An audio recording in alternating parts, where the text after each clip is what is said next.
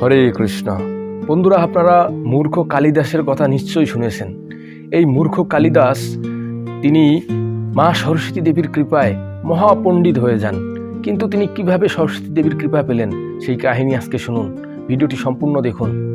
তো এই কালিদাস, যিনি খ্রিস্টপূর্ব প্রথম শতকের দিকে জন্মগ্রহণ করেন, কথিত আছে তিনি এতটাই মূর্খ ছিলেন যে তিনি একটি বৃক্ষের যে শাখায় বসতেন ওই শাখাকেই কর্তন করে বৃক্ষের ডালের সাথে সাথে নিচে পড়ে যেতেন। এতটাই মূর্খ ছিল সে। তার এই মূর্খামির জন্য গ্রামের লোকজন তাকে নিয়ে সর্বদা হাসাহাসি করত, তাকে ব্যঙ্গ করত, তার নিন্দা করত। তো কথিত আছে তাদের যে রাজা ছিলেন সেই রাজা তার পরমা সুন্দরী কন্যার সাথে এই কালিদাসের বিয়ে দেন।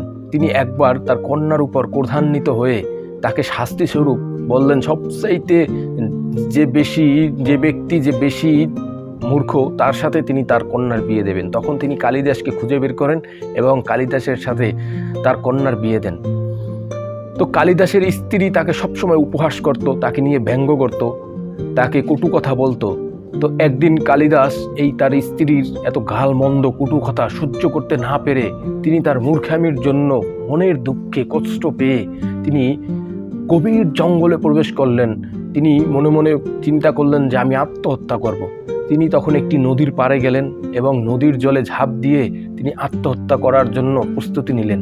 কিন্তু ঘটনাক্রমে দেবী সরস্বতী মা তাকে সেই নদীর জল থেকে বাঁচালেন এবং তাকে জিজ্ঞেস করলেন, তুমি কেন আত্মহত্যা করছো? এই জীবনকে কেন তুমি নষ্ট করতে চাও? তখন কালিদাস বললেন, মা, আমি অত্যন্ত মূর্খ, লোকে আমাকে গালমন্দ করে, আমাকে নিয়ে ব্যঙ্গ করে, হাসাহাসি করে, তাই আমার মনে অত্যন্ত কষ্ট। তখন দেবী সরস্বতী বলল, যাও, তুমি আজ থেকে আর মূর্খ থাকবে না, তুমি হয়ে যাবে মহাপণ্ডিত, আমি তোমাকে এই আশীর্বাদ করলাম।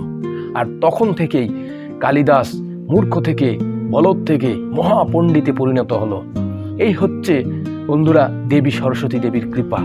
আমরা যদি সঠিকভাবে মা সরস্বতী দেবীর পূজা অর্চনা করি, তাকে প্রণাম করি, তার আরাধনা করি, তাহলে সে এই মূর্খ কালিদাসের মতো আমাদের জ্ঞানের প্রদীপ জ্বালিয়ে দেবে, আমাদেরকে বুদ্ধিমান করে তুলবে, আমাদেরকে পণ্ডিত করে তুলবে, আমাদেরকে জ্ঞান দান করবে। মা সরস্বতী বাগদেবীর রূপেও প্রতিষ্ঠিত। তিনি বেদমাতা, তিনি বেদের মধ্যে থাকেন সবসময়। তিনি বিশ্ব ব্রহ্মাণ্ডের জননী, তিনি হচ্ছেন বিষ্ণু পত্নী। সবসময় তিনি লক্ষ্মী দেবী এবং সরস্বতী দেবী ভগবান বিষ্ণুর বক্ষ বিলাস করেন, তার পদ সেবন করেন। তো হরে কৃষ্ণ।